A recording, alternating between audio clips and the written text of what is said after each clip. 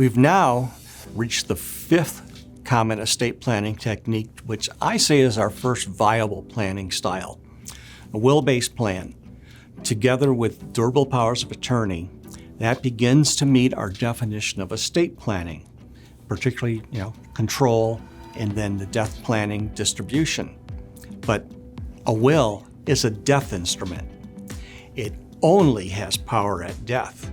That's why you need a durable power of attorney as part of a will-based plan. Downside to a power of attorney is that if it is not a durable power of attorney, it becomes ineffective upon disability. And that's when we want to have that power of attorney used typically. Second, we're relying upon third parties to honor that power of attorney that you gave. Your power of attorney will be subject to that third party's rules on whether it is complete enough, recent enough for them to honor it, whether it meets their standards. And while the legislature has tried to beef up the law, it may mean court action to get it honored just at the time you need your agent to step in and act for you. Also, powers of attorney aren't valid when the principal dies. It can't be used to control your property at death. That's the job of the personal representative under the will. So what is a will?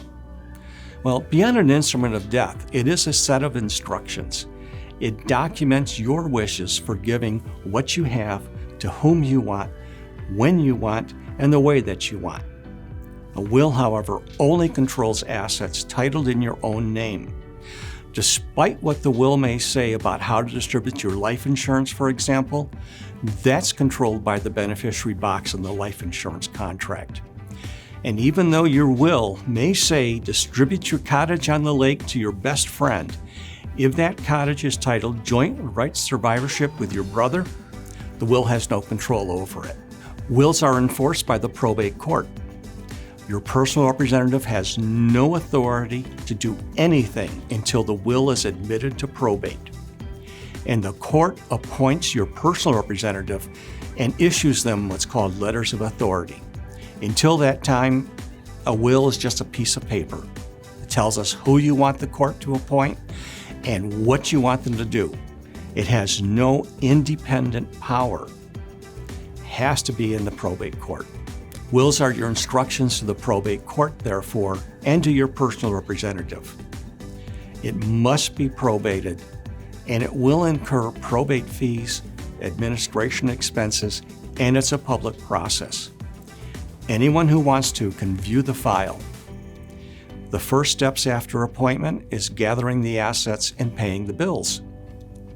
I'm sure everyone has seen the notice in the legal section of the paper telling creditors that probate has started for a person and that the creditors need to file claims with the personal representative within 4 months. Probate is a legal process by which our personal representative pays our debts and distributes our assets. It's the only legal way to change title on most assets from your name to your beneficiaries. Because of that notice to creditors period, the 4 months, we can't close a probate for at least 5 months from the start. We've got 4 months for the claims period to run, and then a month after filing your closing statement before the court will issue your closing paperwork to allow time for any objections to be filed. I always advise someone starting the process, expect at least 9 and maybe 24 months to complete the probate process. The notice to creditors period doesn't start to run until you publish the notice to creditors in the paper. You can't publish that notice until you receive your letters of authority. And then it'll take a couple of days after that before the notice is actually published in the paper. So there's a little delay built in right there. The death probate process, like the living probate, is fully public. The personal representative will file an inventory detailing all of your assets. Your will, as part of the public record, is available to anyone who wants to read it. If you want, I can get you a copy of Jackie Onassis' will or Princess Diana's will. They're very easy to find on the internet. Control rests with the probate court during the probate process. Wills do not avoid probate.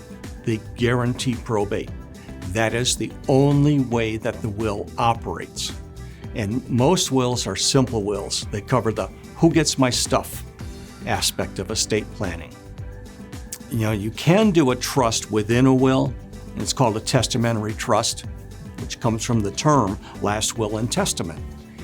Testamentary trusts are subject to ongoing supervision of the probate court and annual reporting, although there are provisions in the law to terminate the ongoing court supervision upon filing a petition, so it's possible to cut off that annual reporting.